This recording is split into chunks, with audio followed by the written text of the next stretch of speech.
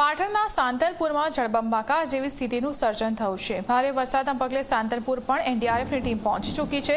સુરતથી એનડીઆરએફના 30 જવાનોને સાંતલપુરમાં stand by રાખવામાં આવ્યા। 4 બોટ, જેકેટ સહિતના સાધનો સાથે એનડીઆરએફની ટીમ સજ્જ થઈ ગઈ છે।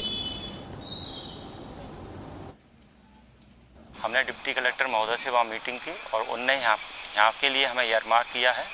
हमारी टीम में 30 रेस्क्यूअर हैं और हम पूर्ण रूप से कैपेबल हैं कि किसी प्रकार की बाढ़ और दूसरी आपदाएं आएंगी तो उसमें सफलतापूर्वक लोगों को रेस्क्यू करने में सक्षम हैं।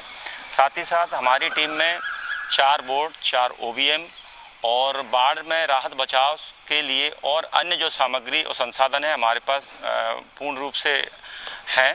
और उसके अलावा भी दूसरे जो किसी प्रकार का डिजास्टर आता है, जैसे स्ट्रक्चर कोई कोलैप्स हो जाता है, बिल्डिंग गिर जाती है, तो उसमें कैसे लोगों को निकालना है उसके भी सामान और संसाधन हमारे पास हैं।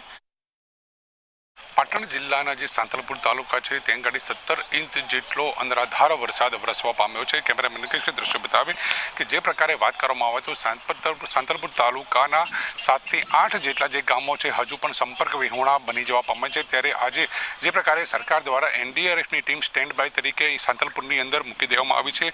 અહીંયા કુલ 30 જેટલા જવાનો એનડીઆરએફની ટીમ છે, જવાનો અને પૂરેપૂરી જે બોટ સહિતના જે સાધન સામગ્રીઓ છે તેનાથી સજ્જ છે।